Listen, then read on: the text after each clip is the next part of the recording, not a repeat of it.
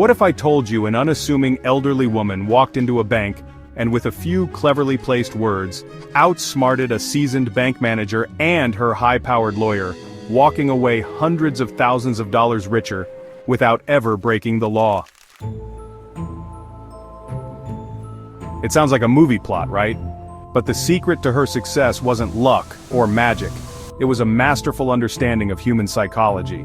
She played them like a fiddle, using their own minds against them. And today, we're going to unravel the genius behind the old woman's gambit.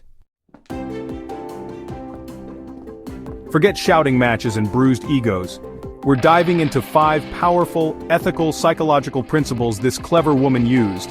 Principles you can adapt to navigate disagreements, persuade more effectively, and yes, even win arguments in a way that leaves everyone feeling understood if not in complete agreement. Ready to upgrade your persuasion game? Let's go. First up, the ego trap, the bank manager and the lawyer. They saw an elderly woman, perhaps a bit eccentric, and thought, easy money, she doesn't know what she's doing. Big mistake.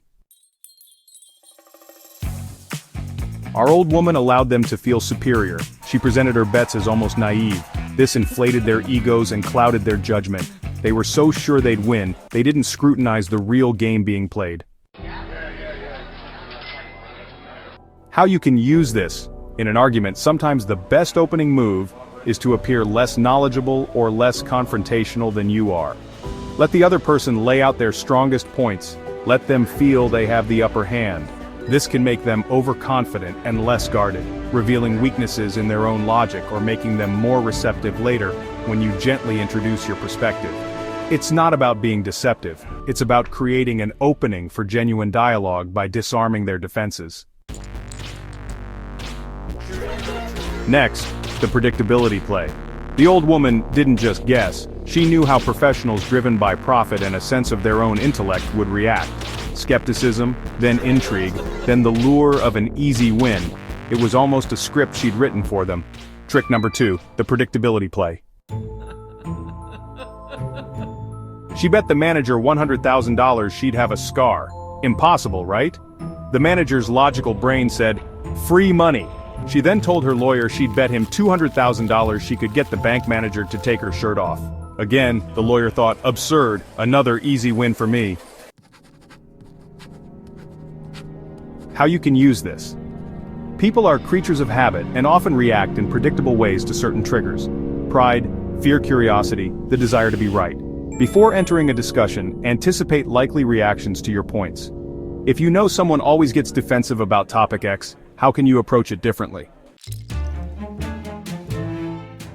By understanding common human responses, you can frame your arguments to steer the conversation constructively, avoiding those predictable pitfalls.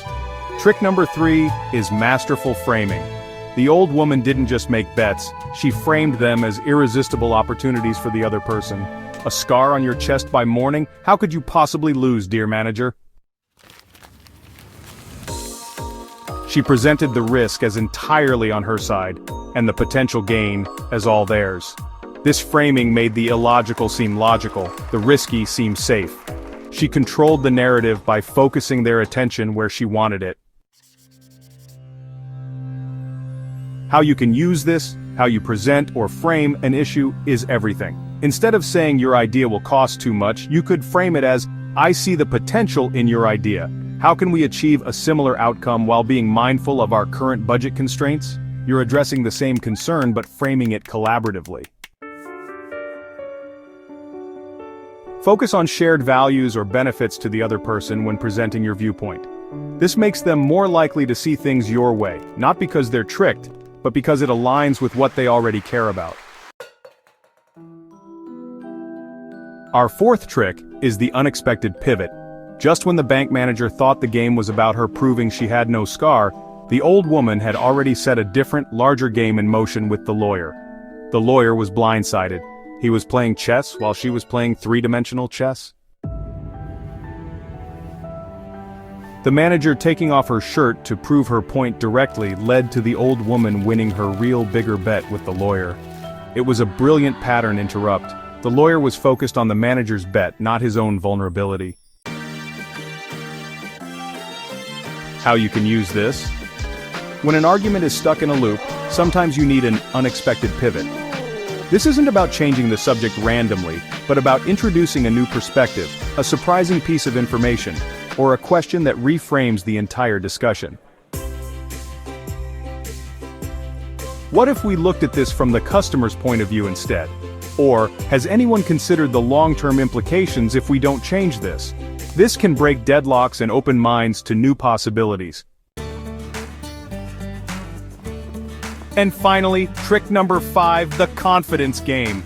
Throughout this entire ordeal, from walking in with a bag of cash to making seemingly outlandish bets, the old woman projected an aura of calm, unshakable confidence.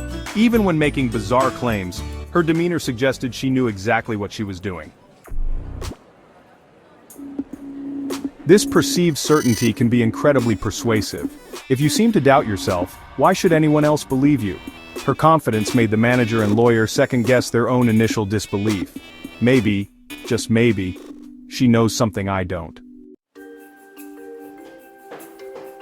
How you can use this. Now, this isn't about being arrogant, it's about presenting your points with conviction that comes from thorough preparation and genuine belief in your stance.